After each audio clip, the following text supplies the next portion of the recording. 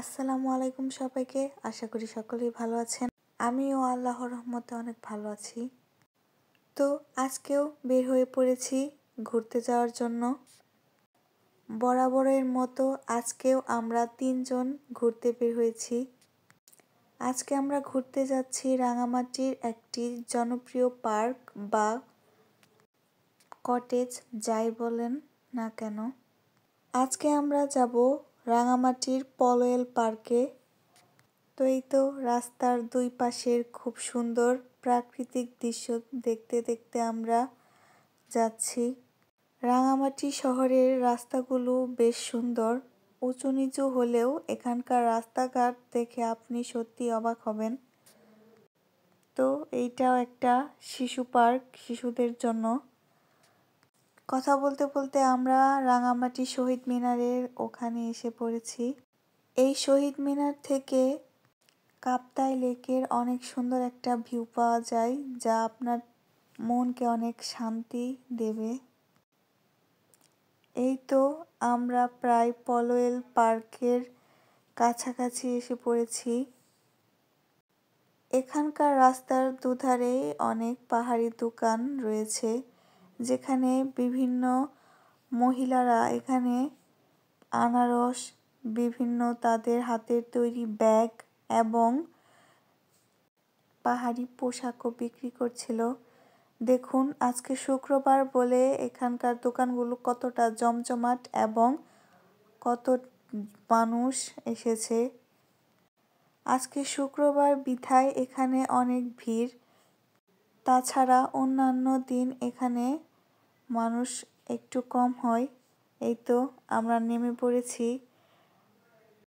এখানকার প্রবেশ পথটা কতটা ভৌতিক, তাই না? এক নজরে দেখে নিন আমরা এর ভিতরে গেলে কি কি দেখতে পারবো।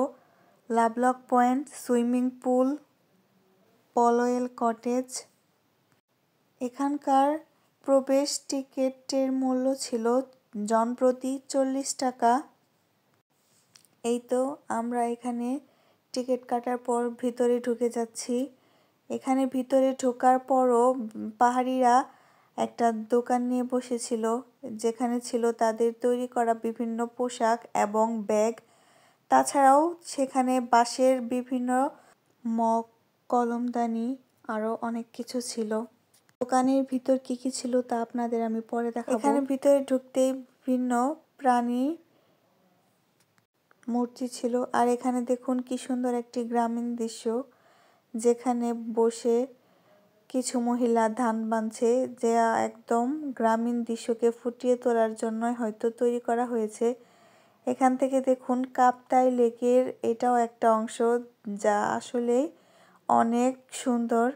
আর এখানে তো অনেক মানুষের ভিড়, সবাই ওই মূর্তির সঙ্গে ছবি তোলার জন্য অনেক ব্যস্ত। দেখুন মাশাআল্লাহ কত সুন্দর লাগছে। প্রথমে তো এটাকে দেখে একটা মিষ্টি কুমড়া ভেবেছিলাম, তারপর দেখি না এটা একটা চটপটির দোকান। তবে দেখতে কিন্তু অনেক সুন্দর ছিল। এখন আমরা এই সিঁড়িতে নেমে নিচে যাব। নিচে পাহাড়িরা বিভিন্ন দোকান এবং দেখার মতো আরও অনেক কিছু রয়েছে।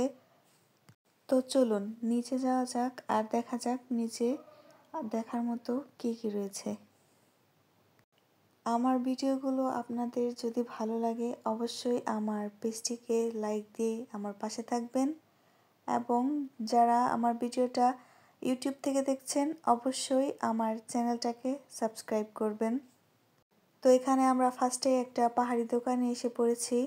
এই দোকানে অনেক কিছু ছিল, পাহাড়িদের তৈরি করা বিভিন্ন বাঁশের জিনিস ছিল, কাঠের চিরুনি, মাথার হেয়ার ব্যান্ড, আয়না।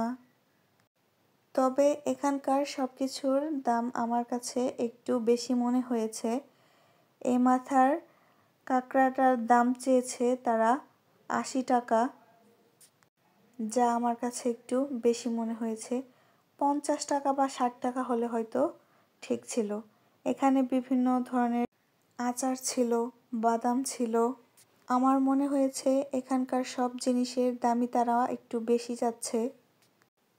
এখানে অবশ্য অনেক রকমের আচার ছিল। আমরা ওখান থেকে আমের আচার আর কাঠবাদাম নিয়েছিলাম। আচারের দাম নিয়েছিল তারা 50 টাকা এবং বাদামের দাম নিয়েছিল 100 টাকা। আমার কাছে বাদামের দামটা অনেক বেশি মনে হয়েছে, কারণ তারা 60 টাকার বাদাম 100 টাকায় বিক্রি করছিল। কথা বলতে বলতে আমরা একটা দারুণ সুন্দর জায়গায় এসে পড়েছি। ওই তো ওখানে দেখা যাচ্ছে ঝুলন্ত ব্রিজ। এখানে অনেক মানুষ ছিল, তাই আমরা এখানে বেশিক্ষণ থাকিনি, চলে এসেছি। এই তো এখানে দেখুন কি সুন্দর একটা সিংহর মুখ থেকে পানি পড়ছে। আমরাও এখন ওই ঝুলন্ত ব্রিজে উঠব।